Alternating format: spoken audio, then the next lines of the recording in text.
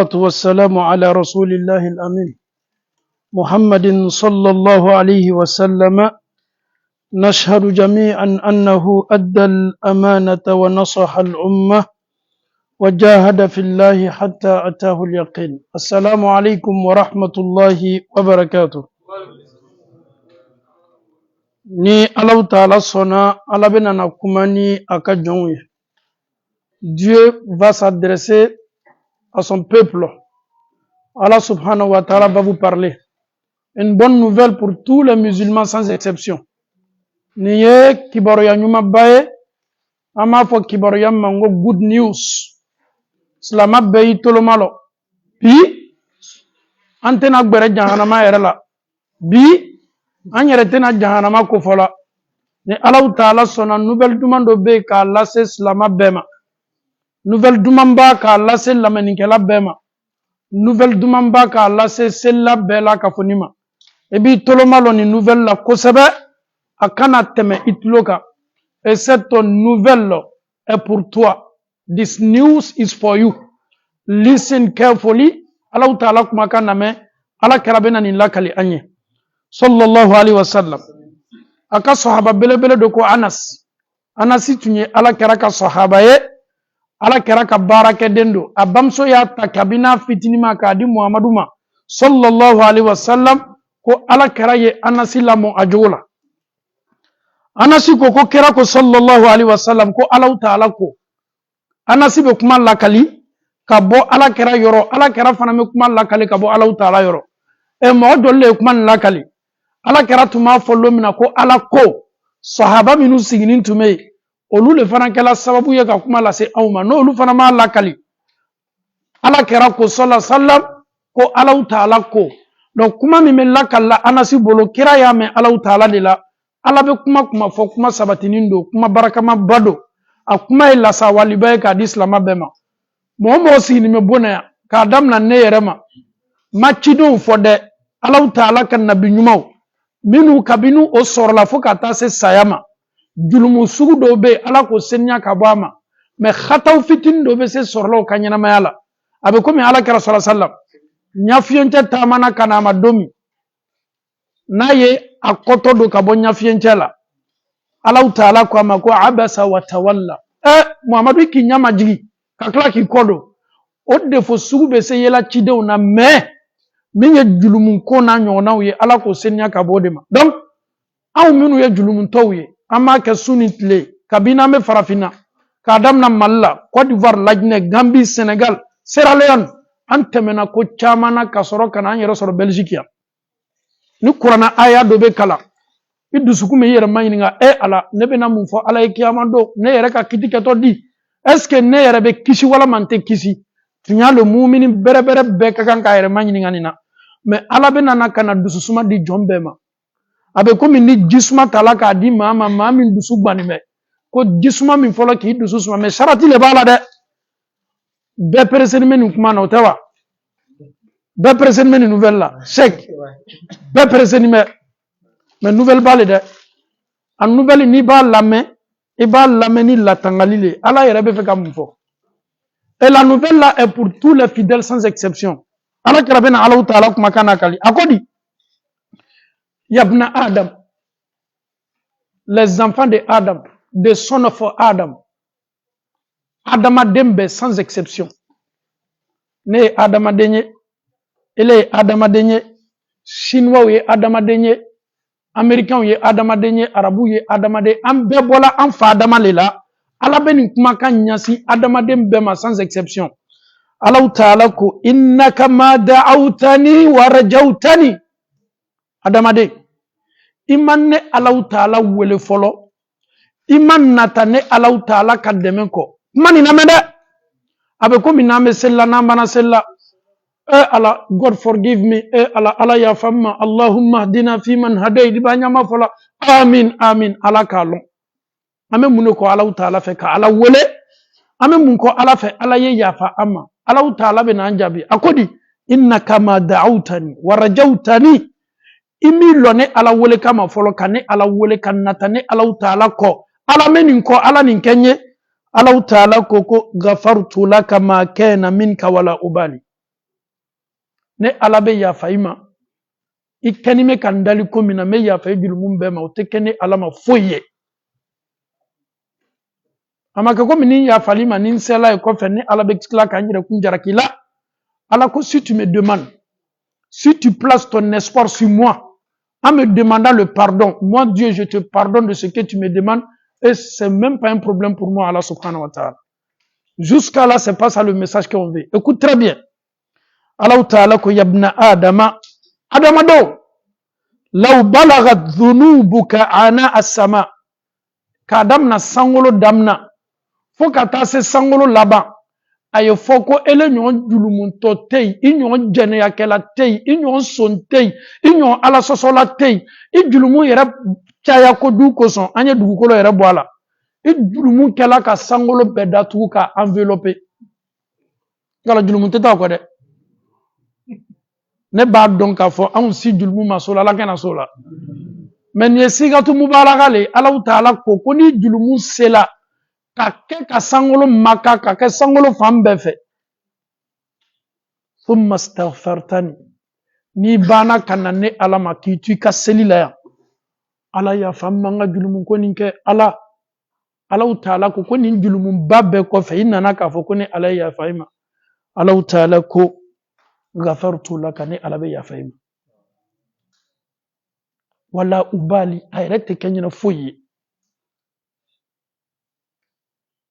ma bali de me jonne ba famu ay tuguni innaka law ataytani biqirab al-ard khataaya thumma laqitani la tushrik bi shay'a ala ka condition blala sangolo fola sisen I julumu ye ke ka dugukolo la kori ka beke dugukolo ye inana ne Allah taala ma julumu nin be ko fe condition kelempe no ti donina I kane ala dali ne ala be ya fayme ma condition kana ki donna de no te be sane ala te ya fayma ibi shiban sella ne ala te ya fayma ibi shiban sundo la ne ala te ya fayma en condition la tushrik bi shay'a ima flanka fo ne alama iteto farafina ka mori de wole Côte d'Ivoire la Guinée Sénégal Gambie he ne ka mori a forni mede wallahi ni ko ke ne ala tigelila ni ko ke ne ala ki ke fen la filini ye ni ko ke ne ala taala ti jate ne ala ka joni ye me ne ala mako foiti la ijulumu ye ke ka sangolo datu ijulumu ye ke komi dugukolo yere ibe na ne ala ma ki yere lasigi na soro flanga foya ti donina. Regarde ton bras. Qu'est-ce que tu as porté ici? Qu'est-ce que tu mets ici? Qu'est-ce que tu mets ici? Et bien, moumla ichema. Moumi bolo, ika portefeuille kono. Ayere deni me doka momli la. Nibe do doka bona, ebe ta agrigiri la ni e doka wola. Nine bene ka bon protégé. Nine bene yere protégé. Demsen do yere be kanga wuluma. Un enfant de 3 mois, 4 mois. Obeta juluta ka asiri denchema. E konna fili le ete de. Mansa min sela ka den la balo ka te e kono abe jidi dema ka tu kono abe dumini di dema ka tu kono o mansa ki den soro noya ka di ema den kala etay e koko ayi ne den bani metama koma ele ala tese julubale tato ka di an konya sirinden chema foni ala ya fala farafina mbala kauma farafina flanga fo ya beida sari ni ka farafina yere ta ka flanga fo ya mafle ibi kalika fo komi karamogo teili kasoro karamogo ba fo suntle ala bara sangolo julumun datuguni finyene ka dugukolo ta fiye ko ni bana nanale mako ala ya famma ala ko ka be ya fayme na soro flanga fo yati donna est-ce que ama donc ka fo ala kuma kan do be la sawali belebelele souffert ele bola yan kata chieni ndoke mo miye damfe miye ika ala sosoke I yere tala du ila bune sawanimba I muso yere ta kalama wala ma I cheta kalama ele bana obela ala taala kuma ne ala kelempele kiye I ka ke sufeli jani dugusa egbe ala ko kiye na ye julumu ya fanyi ne ala fe kira ko disela so ala taala ko inna allaha yabsutu yadahu bil layli liyatuba musi nahar ika kujugu ke ala ba fo ko na jona personne ne t'a vu mormiye ne Allah Ta'ala be ya faima ika ke souffre soma ala bi wole kere ni mboloma demande pardon seulement à Allah subhanahu wa ta'ala ne reprend plus alamatu tauba an nadama ikini ko sege ma ko Allah Ta'ala ko ka be ya faima ika ke soma mormiye ala biye ala kiya kelila ala ba funyine jani fitiri ye do jani suye ko ala ba bolo jaye ko na jona ni Allah Ta'ala be ya faima est-ce que aw ba donc ka fo ko ala ka jahannama dame ala ka lañini yere te ko ka danfe bla jahannama kono Allah il a créé l'enfer mais c'est pas son souhait de nous mettre là-bas o ko son ni adama do mena lafili jahannama kono meleka o be kabako ya alam ya'tikum nadhir nako barabarali kalama na aw mawa cidema na aw mawa wajibili kala yere tunte aw ka communauté lawa ebe jahannama kono dun ka fola bala tunya na afolanye chance minu dila aw ma malgré aw ye dulumun taw ye kaw yaw yere lasigi aw ma se kan chance u seziwa afola aw nyana me aw nyana ka fo ko ma koro folo demsen yow bana aw tolo ile lan tolo yere noroko fo saya nana kana anta kaliman ya ko madi ambe ma Allah Ta'ala bulala mo kala Allah Ta'ala ko adama de nasoro flanga foyati donina Allah Ta'ala ko kabe ya faima amena kuma doni flanga foyaka femina kamisen ko juya mene fin dugu mene fin sudi bifina kabakurun fimanka abe kanga tama ele na jo sudi bila ijoni me kabakurun fima min kere fe yere tayela surtout dugumena mi meka ngata ma kaba kun fima ka nya yere tola flanga foya be se kelanga bara la komi dugumene fin su di bifina fara fin ka be ka ngata ma ita jate kiye yere la bayake ame adoni di kiye flanga foya do ye munye ala no ko sebede muso do kagan kata mbal ma chabolo mais fanya expliquer le parce que femme nous be kan fait faut na ma expliquer lo anya men sen yana ke nsenti ka kono yoro ko muso do be luta wota kono no muso ni teta noro jugule ete nini ntala anka famille bebe chien bon ni era kan be sen fla e be tan soro wo era to de sena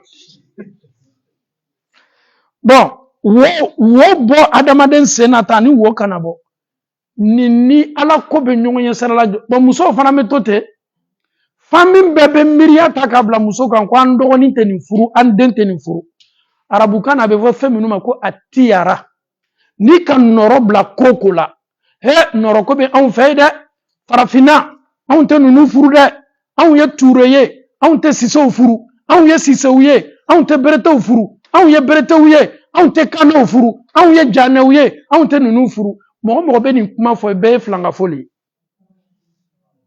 ni sala kani kuma to famina i mocha minutu mafo i bema minutu mafo i fa minu salaka kuma to da ele min fana nana konte bombe macha ni mfa ka taslaka ni fana salaka kuma tuida alaka ma kelempele ci anslama mo join alakara muhammadu sallallahu alaihi wasallam adama dem beye kelenye jamu mafsani jamuye kira ko sallallahu alaihi wasallam aka hijila bana arabu mafsani farafunye farafu mamsani arabuye gologbe mamsani golofinye golofi mamsani gologbe jamu mamsani jamuye mote sali la ya min jamu kapsani nyoye ni bana blali kuna ka foko ne jamu kapsani niye an kaseni ka furuke nunuma hey an ye horonde ye an tese ka furuke nunuma ne de ate de nunu ka famina nunu ye jeluye nunu ye numuye nunu ye finauye ali sini ni même mandé a sabati ni même mandé ni ki dabla la ko awa biya le ba fo kawte la ko la ni Allah Ta'ala che ni adama de me sa question kelempe meleka bi menana kana inni bo est-ce que meleka bi mayin nga jamuna wa nan tala kaburu sola est-ce que abena fo ko no ko jana o kaburu sola ya tura o tale ya mo min nani me kaburu ko na afiye ka tura le be do ya est-ce que kuma be fo ni melekaw yɛrɛ bɛna kana ima ɲininka kaburu ɲininkali la est-ce que melekaw mako bɛ k'a fɔ e ye Sise ye wa melekaw mako bɛ k'a fɔ ko e ye Fofana ye wa melekaw mako bɛ k'a fɔ e ye Watara ye wa melekaw ka ɲiningali ka se ni manamana kan sugu ninnu ma ɲiningali saba dɔrɔn i tigi ye jɔn ye i ka diinɛ ye diinɛ jumɛn ye ciden jumɛn cili ma n'i fana bɛ don arijinɛ kɔnɔ kiyama kɛnɛ kan mɔgɔw bɛ san 50,000 kɛ o lɔni i ma ɲininkali tɔ tɛ i jamu yɛrɛ la ɲinanin bɛɛ kɔ ala ko kiyama lon min fala ansaba ne bɛ bɔ nin kabila la ala ko kabila ko banna kiyama lon ne ye malien ye n ye ivoirien ye n ye togolais ye n ye béninois ye je suis guinéen ala ko kiyama lon guinéen ko yɛrɛ tɛ dɛ ivoirien ko yɛrɛ tɛ dɛ i ni mɔgɔ min bɛ bɔ kabila kelen i ni mɔgɔ min ye si kelen ala ko o ko bɛ bɔ aw ni ɲɔgɔn cɛ kiyama lon layiru tala ala bolo groupe kelen pe le kiyama lon mɔgɔ minnu k'a fɔ ala ye ka fara ɲɔgɔn kan ala kosɔn chinois ni japonais chinois ni farafin min ko la ilaha illallah o farala ɲɔgɔn kan ala kosɔn ala ko ne ala bɛna olu le lawuli k'o la jɔ n ka arisu suma kɔrɔ ele tun b'i jamu ta k'i ka jamana ta k'i ka rasi ta k'i waso o la hali ni samakan dɔ bɔla ka village la ka na façon il est tellement traditionnel il veut toujours rester hali ni filangafoya le ko nin kuma bɔla an ka village la le dɛ a saraka bɔ kuntan bɛɛ lon bɛɛ dɔ le su ko la mɔgɔ ka nafolo bɛ lata la e ka nafolo bɛ lata la ko ɲuman tɛ village tɛ i tɛna ma ɲininka la village la kaburu kɔnɔ i bɛ ma ɲininka mun na e k'i ka nafolo la taa ko la i ma ko min ɲɛɲini k'a dɔn i bilala saraka bɔ la i m'a ɲɛɲini saraka sugu jumɛn de saraka tɛ bɔ i kunfɛ ten mɔgɔ dɔ tɛ se sigila ka so kɔnɔ bolokɔnɔya b'a kan nafolo dunmɔgɔ b'a la a bɛ sin ka village mɔgɔw ta k'a fɔ ne su ko la ko dɔ la village den ressortissant bɛ yɔrɔ o yɔrɔ o bɛ samakan bila bɛɛ ko an k'an ka sarakaba dɔ bɔ an ka village la he mɔgɔ tɔɔrɔ ni bɛ nin na tubabu la bon ale fana a b'i kɔngɔ o kama komi village ko le mais village ko le i tɛ tiɲɛ fɔ i ka village ye wa anw ka diinɛ nin ye diinɛ senumanba de ye ko ko n'a bɛ kɛ k'a sɔrɔ daliluya jɔnjɔn tɛ an bolo an t'a kɛ an mako t'a la donc filankafoya bɛ an fɛ yen filankafo alaw taala ko sisan k'i julumu ye kɛ ka dugukolo fa ka sankolo fa ni k'i yɛrɛ lasigi ala ma n'i nana ale ala bɛ yafa i ma condition filankafoya kana y'i donni na filankafoya dɔ ye mun ye ne ni sanpɛrɛ cɛ ne ni bakara cɛ ne ni n ba kaburu cɛ ne ni n fa kaburu cɛ e ne balimacɛ y'i dansa o ni se tun b'i ba ye a tun tɛ taa kaburuso la ni se tun b'i fa ye a tun tɛ sa ni se tun b'i ka karamɔgɔba ye i bɛ kalan min liyɔrɔma la a tun tɛ sa hali kira sallallahu alaihi wasallam haramu no filankafoya le mɛ kali ala kɛra la e bɛ kali ala kɛra le e dan wa muhamadu ne kɛ messager alaw ta ala ka choisi le k'a kɛ ciden ye a yɛrɛ k'i ma ko mɔgɔ bɛ fɛ k'i kali man kana halifan falyahlif billahi aw liyasmut ni bɛ fɛ k'i kali wallahi billahi tallahi a banna i bɛ kali ala kelen pe de la i tɛ kali i fa la i tɛ kali i ba la n y'a mɛn ko aw ka jamana kɔnɔ aw ka village la ko waliju dɔ tun bɛ yen ko mɔgɔ b'i kala la o bɛɛ ye filankafoya mɔgɔ b'i kali ala kelen pe de la donc mɔgɔ n'a bɛ kali fɛn wɛrɛ la k'a sɔrɔ min ni ala tɛ kelen ye n'i sala ka kalili nin to i da i sala k'i to filankafoya de la julumu min n'a ka jugu ni julumu bɛɛ ye kiyama lon ni ala yɛrɛ tɛ k'a fɔ n bɛna hinɛ a la hinɛ tɛ k'i la ala tɛ yafa i ma i bɛ sa ala yɛrɛ fana ka jahanama layiru ta i ye a b'i lafili jahanama la filankafoya y'a dɔ ye a ko di a ka cidenw ma ne alaw ta ala bɛ kuma e muhamadu ye a lɔn k'a fɔ ko ciden nana i ɲɛfɛ nuhu alayhi salam idrisa salihu zakariya ninnu kelen kelenna bɛɛ n ka nin kuma fɔ a bɛɛ ye muhamadu ciden minnu kɔnna i ɲɛ ne alaw ta ala k'o ma n ko n'o ka filan ka fɔ ne ala ma m'a daminɛ e yɛrɛ fana ma ni ka filankafoya yi i kana doni na muhamadu ne ala b'i ka baara bɛɛ tiɲɛ min ta fana k'i lafili jahanama la ni kira ma to yen est ce que anw bɛ to yen ala ka kangari la ye ko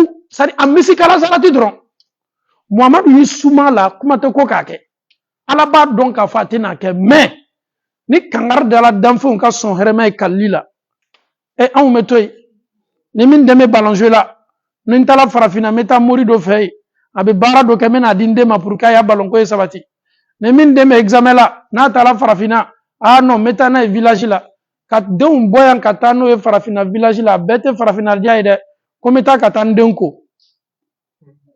Et ni Allah Ta'ala, tu ni colit me colla, c'est Mohamed, me bois farafina kana mouni toi boula. Et colla ka ko farafin flana sou bela, moru yi ko ka ko beke, ko beke toy. E bana kana tubabu ka falbaraka. Ame duwa ka ala hakili madambe ma. Ni adamaden koni barana hakili ba e ka fo ite ke torafe. Donc anya don ka fo ko ala be ya fa julumum bema. Ala yere kuma Qur'ana kono. Qul ya ibadiyalladhina asrafu ala anfusihim. Mo ka julumu ko ke. Mo ba don ka fo ko tunya na ale bilama. Ale ya julumu buyana ala yere tena ya fa ale ma sungaro tena ale julumu ya fa hiji tena ale julumu ya fa jakabo tena ale julumu ya fa ala ko ki dususuma. Tu penses que le jeune ne peut pas te pardonner parce que tes péchés sont énormes. Tes prières ne peuvent pas effacer tes péchés. Ainsi que l'aumône que tu fais. Allah te dit pourquoi désespoir sur le mika. Allah est là m'a dit Qul ya ibadiyalladhina asrafu. Mamadou a fa mouye minu ka gero kuntonya la so yerema. Ko to sunguru yala. Ala soso teuma ala soso minke. Koto kamere yala, ala soso teuma ala soso minge kamere yala. Ale ere souvent ni karamo be wajibili ka ba nyabiri ne quoi. Parce que na mirila julumu ma non c'est tellement abese ka magasin flafa. Mais c'est une réalité. On parle de quoi? On parle de Dieu. Allah te dit Qul ya ibadiyalladhina asrafu. Afo ye ko minu ka tieni ke ko yero kun no ka julumu mbake. La taqnatu.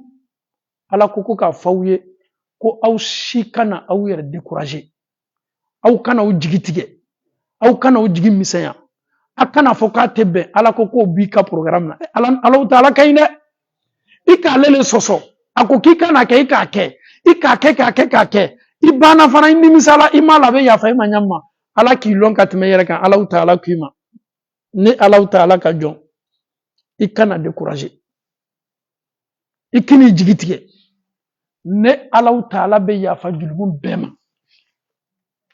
Mais condition mi malama don an kana ala ke tulonge fenye ame tiyenin ke kabanka na ka tiyenin ke kabanka na wallahi abe yafa ma bela. Mais be to yere nege ni la saya be ni takito tiyenin do la akala ni misabai. Anya donc a foko julumu yafa ame julumu yafa karole lani.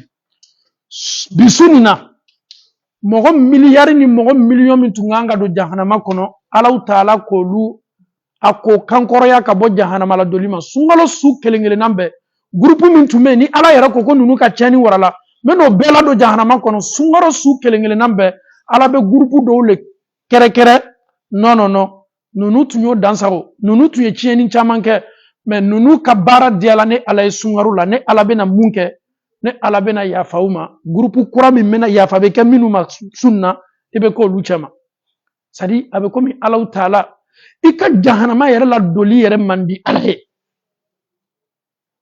akima kwa be sukele mpe dima sukele mi mato ele be se ki ngorota kiyamalo sukele mi mato be san bishegi ani san sabani karo damanama iba baraji soro sukele na ni sela ka sungaro loru ki kanyana mayala bishegi siyoroma loru wala ma sungaro tan ala yo dima ka keke ko nyumana bishegi siyoroma tan wala ma sungaro muga bishegi siyoroma muga abeke komi e ka san wa yiri ka bato ke ka so shira mateme san bi woroka jona ko ke anye ole Allah Ta'ala do an fawni an baw ame kuma dum fo pour que Allah Ta'ala ya fama ala karam muso Aisha ka manyini nga radiyallahu anha sungaro le tan labani laylatul qadr su ame kanga nyini ani mun foli le kakan pour que ala ye yafa ma Aisha yɛrɛ fana olu fana tun bɛ nata kuma kana Allah Ta'ala be yafa ma kuma kan mina ala kɛra ko Aisha a fɔ aw y'a fɔ Allahumma innaka afuwun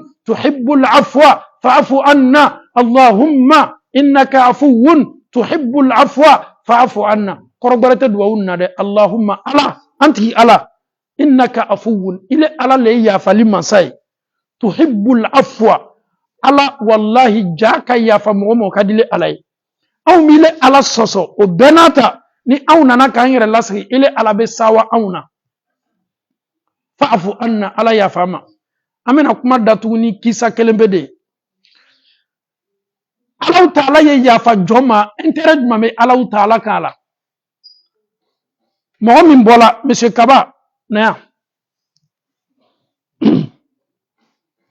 monsieur Kaba yaka burfenta akanga voyager aka jita ka bla ka sakila anaka domini ako bebla ka sakila asila ka nyome kan wala maka soka abola kata se wula dola kilo wa yirika ani sokono yoro masuru nyona ate duguyela ate kuranyela ale be wa kono be tu kono ale yere tunna sana ka burfen ale yere bara sege ka sege monsieur Kaba bara sege ni mo sege la suno le nato monsieur Kaba jigila ka ba ka nyome kan ki sigi akala nyome na ka siri domini o denime nyome la ale yere koni alala foni ala yere ka sababu nyuma do dale masa no ta lebe etapi munabi amala beta dunia yororo monsieur Kaba tolo le la asina ka suno doni e wula suno la sina ka e ka fo nyome mi loni tume ila domini tuma ka nyome tunema do fara la jigtiga désespoir nana nyome min ka to ele selaya o nyome le tuma do ke tu demena e ke to tala e kumfe ina bo dugu do ka be so do ka domini mi yara fana deni tume nyome la nyome ni domini be tunele ma e do be yoro mi na danfen foite ni e kelen pelebe jigtiga boko Kongo bila jimilo bila i yara be yoro mi na mote ka domini dima ka jidima borfe mi yara fana ki ita kana borfe tunna ele ni Allah ta'ala che ele be to lata imiriya be na munela sayata wa sadi nsi to ka sayale makono n'est-ce pas ibra décourager espoir be bra tunima ele boto jigitige sigila la ebe bra ki ka nyome na la dondoni soke anika ji ebe sawa bi ati sawa otewa ni kila nyome ele be mufo yoro la alhamdulillah parce que nyome barana ani domini min tunganga ke ala kera ko sallam ni nyon ke la chedo la cheko asawa ko du ko son kwa akala nyome ni domini wala da yafo ko ala elele mansaye cheko ko ala nele mansaye elele jonye sadi akakuma yelema sadi akakuma ofo minke ala yere yele ko lama asawa la chogo minaka nyome wala maka soni domini yelila o nisodia mi maka ko ala fana ka nisodia kabo ni mogo ka julumu ke kaban ki yere lase alama ala ka nisodia kabo kat me chaw taka est-ce que comment n'y est là est-ce qu'on a répété on a compris un homme qui était à quelques doigts seulement de la mort il a perdu tout sa nourriture il est désespéré à sa grande surprise il voit son cheval qui revient avec sa nourriture. Il va s'éclater de joie. Ce monsieur, il est content. Ninti il est content, ni qu'à la boîte à peser avec Bilia Basculika. Parce que, à tout me fait qu'à ça. À yere tout me say à ma kono là. À la bana fana qu'à la fin de la séama. Ok. Ni moka djeneyake. Ni ka ala soso. Ni bana fana ka foko ala ya fama. Ala fana me sawa dulumunto ka la segli la katme tchemi tu me fait qu'à ça na a dominer nanama. Ça dit quand tu veux comparer les deux joies, Allah Ta'ala, c'est comme une djulumuto, Allah Yafama. Allah, il est content de toi. Voilà, puisque le monsieur qui voulait mourir, lui, sa joie là, la joie de Dieu est plus que pour lui. No be ko yirokanga muni yana Allah Ta'ala fonseria. Ça dit ikale ala soso. Akika na kayake. Ibana fana ki bolo jale Allah Ta'ala. Abe nisodia tellement illa o nisodia kabo katme chen na nisodia ka dominer minke. Donc ni me mira kana bientôt le mois de Ramadan va prendre fin. On ne va plus se regrouper comme ça. Les prières de Tarawi et Tahajjud vont prendre fin. Ensemble, hein? Mais ceux qui ont l'habitude de prier la nuit, alhamdulillah. Anya donc a foko slama anga signature kura le ken yetuni. Anya njija signature ni akana bambolo. C'est pas tout le temps. Dans le mois, même une fois, c'est suffisant. La prière de la nuit, Qiyamul Layl, dans ta vie, que ça soit chaque mois, que ça soit chaque semaine, même si tu peux retarder ton shafl witr pour faire ça tard dans la nuit, Tout ça fait partie de la prière nocturne. Arrange-toi pour ne pas lâcher. Parce que Allah subhanahu wa ta'ala, il a qualifié Allah be mogo minu tano Qur'an kono, mogo minu be suseli ke. Allah yara kodi ko wa kanu qalilan min al-layli ma yahjaun. O ka sus no ka dogo. Allah na be jon tano Qur'an kono wa ibadur rahman alladhina yamshuna 'ala al-ardi hawna wa idha khatabahumul jahiluna qalu salama walladhina yabituna li rabbihim sujadan wa qiyama. Ni adamaden ye fe ka kono na fili ye ban. Ikana ta mori fe i selji ta sufe mogo lanime wati mina ye wuli ki yere di Allah Ta'ala ma ye koto Allah Ta'ala bolo sika tala abe gbalayale note Allah Ta'ala ni boy ka kono na fili la ame Allah Ta'ala dal kanga kono na fili ben yala mo kala. C'est tellement beau à voir, mais en même temps on se pose cette question. La foule aujourd'hui, est-ce que l'année prochaine, ceux qui sont présents avec nous aujourd'hui, est-ce qu'on sera aussi présents avec vous? Il y a d'autres peut-être qui vont se déplacer. Il y a d'autres qui vont aller peut-être en Afrique ou bien aux États-Unis.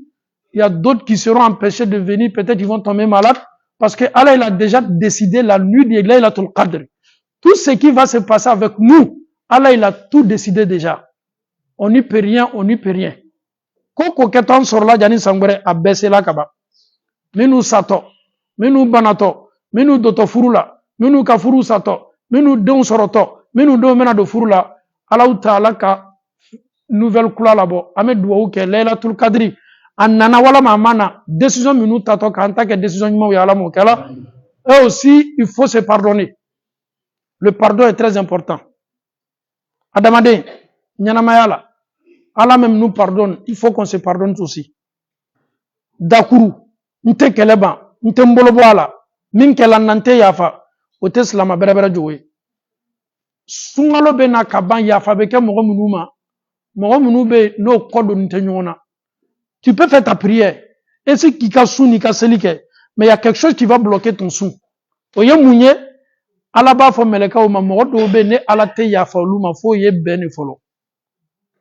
Donc, elle ni adamaden do ka fonko nyonya ni kodo nyona koson. Elle ki ka sege ba min kani e ka baraji be balitalima. Ah, kon na fil le boyda. Donc, cela y jija. Fais conflit avec ta famille, avec tes frères, avec tes amis, avec tes connaissances. Adamaden, tu veux pas, tu auras des ennemis.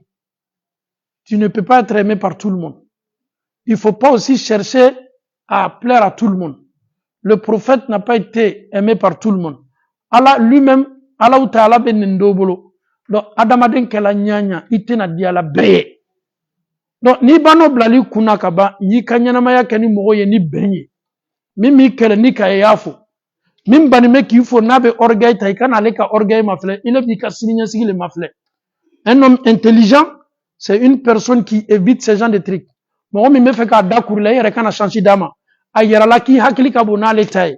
Comme ale hakili ka do, ele be hakili bayata ka alefo. Kera ko sallallahu alaihi wasallam. Comme mo fla mi menyona. O foni menyongo min ka ta bola yere la ka foli ke ko le kadi Allah Ta'ala. Donc pour faire plaire à Allah subhanahu wa ta'ala, donne-toi cette chance-là. Surtout muso ka kundala. Abe do abe mo fla fa abe do toy. Mais ni selwati sela obe langana obirin kana obe hijabu do kana. Dusuku ma nyongoro. Ame ni lase slama muso bema. Muso ka sigile kasani muso le la sigi ka gola ni bey. Chaw be fonyonko, chaw be bokere makabaru ni fonke. Mais muso ni kelembana fona nyonko ale yere kele nofe. Mo kemebe do kelela an nofe. Donc muso bo nyalema. Muso ya donc a fo slamaya iba keni dusukune. Kada ka ambebe slam dominye kunu ya. Karamoko chako aka wajibi la kwa mena sanwa biloru kan lo ni man 5 ans. Donc comme mama kon na kiama fanga kabo. Adamade itu sukun daele. Itu sukun libéré. Hakli ngumata kela ni nte foidi adamade ma. Ni kela tume kodi mogoma. Jamana dobe ulu chila kela nofe ali sino mase bena. Ni bema mindi adamade ma bembaliyatu so dilima. Ni bentunte umatunte misiri nsoro. Parce que dusukun kela kelenye kaya fanyoma. Isone mason jamala idon yere ino lube fonyonko adamade nyeke mogoye mogomi e fair play ko gbala yala nyanya na fola kwa dabla ala ko saba dabla ami ala le dali la lili mi me fola ka adam na yere kuma ka ala dia ka anka tabaya ala mo kala baara baara bɛ kɛ sababu ye ka adamaden ka baraji bɛɛ bɛ ka silamɛw tanga ka bɔ a ma Ala m'o kɛla an bɛ Alahu taala dali banabagatɔ minnu bɛ an cɛ ma ka kɛnɛya d'o ma Ala m'o kɛla an ye nouvelle sɔrɔ bi Vamara a muso m'a lɔn ko saya 2 le kɛla a ma Sise saya 2 a muso ok an bɛ Alahu taala dali ka Ala yafa o bɛɛ ma Ala m'o kɛla banni kɛla sunkɔrɔba min na nin ka ko ma jurumu yafaba ye Ala m'o kɛla olu yɛrɛ tani ka fara n ka sayaforo bɛɛ kan ka Ala yafa o bɛɛ ma Ala m'o kɛla biiznillah sallallahu alaihi wasallam qumu ila salah